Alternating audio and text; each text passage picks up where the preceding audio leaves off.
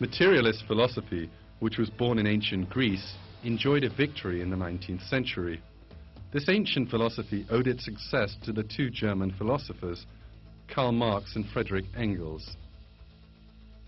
Marx and Engels tried to explain the materialist philosophy, which had survived through the ages, in terms of a new method called dialectics. Put briefly, dialectics was the assumption that all development in the universe was a consequence of competitive and self-interested conflict between opposing forces. Marx and Engels used dialectics to explain the whole of world history. Marx's simplistic analysis suggested that the history of humanity was based on conflict, and that the current conflict was between the proletariat and the bourgeoisie.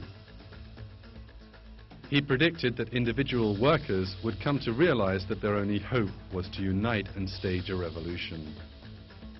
Both Marx and Engels had a profound hatred of religion. As confirmed atheists, they insisted that the eradication of religion was necessary for the success of communism. Round about the time that Marx and Engels were formulating these ideas, there was a significant development which could serve to support their theories. Darwin came on the scene with his book, The Origin of the Species. Darwin proposed that in the world of biology, living beings evolved and survived as a result of a struggle for existence. What was this if not dialectics? Furthermore, this was a dialectics that appeared to deny religion any role, including the existence of creation or a creator. This was an exceptional opportunity for Marx and Engels. Engels read Darwin's book as soon as it was published and wrote to Marx. Darwin, whom I am just now reading, is splendid. In response, Marx replied, "This is the book which contains the basis in natural history for our view." Engels was so much influenced by Darwin's theory that, in an effort to contribute to the theory, he wrote an article titled "The Part Played by Labor in the Transition from Ape to Man." Soon Engels compiled all his evolutionist ideas in a book, Dialectics of Nature. The views of Marx and Engels flourished, especially after their deaths. Vladimir Ilyich Lenin was the first to start putting the communist revolution Marx dreamed of into practice. Lenin was the leader of the communist Bolshevik movement in Russia. At that time, the Tsarist regime in reign was ruled by the Romanov dynasty. The Bolsheviks, led by Lenin, had been looking to get rid of the Tsarist regime by force. The confusion caused by World War I offered the opportunity that the Bolsheviks so wanted. In October 1917, they seized power.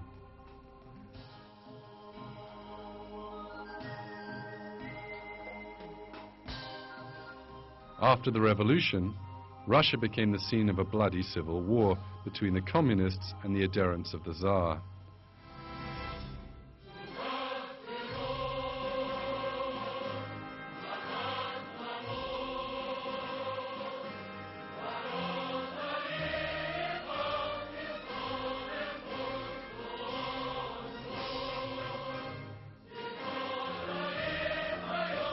Everyone considered rivals by the communists, including the Romanov family, were brutally killed.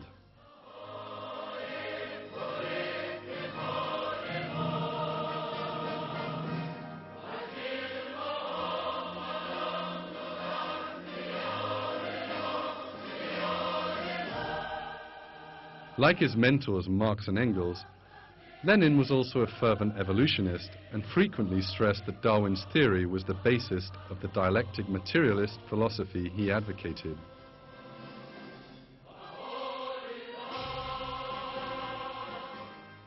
Trotsky, the second important name in Bolshevik revolution, also attached much importance to Darwinism. He expressed his enthusiasm for Darwin thus: "Darwin's discovery is the highest triumph of the dialectic in the whole field of organic matter.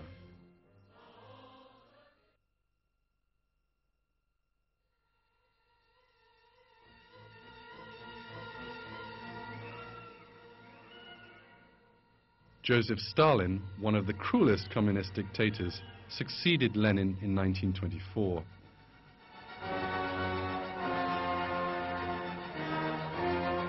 Studying Stalin's 30-year reign of terror, one could almost say that his overall intention was to prove the cruelty of communism.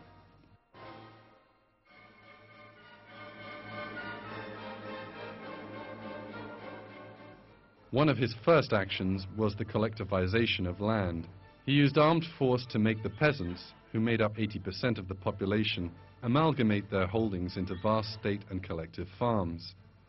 Grain was harvested by armed troops.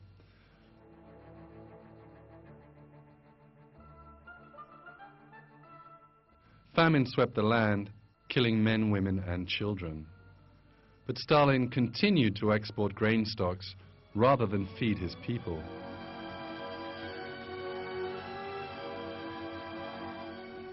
It's calculated that some 10 million peasants perished during these early years.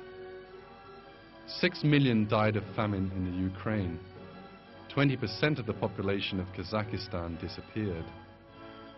In Caucasia alone, the death toll was 1 million.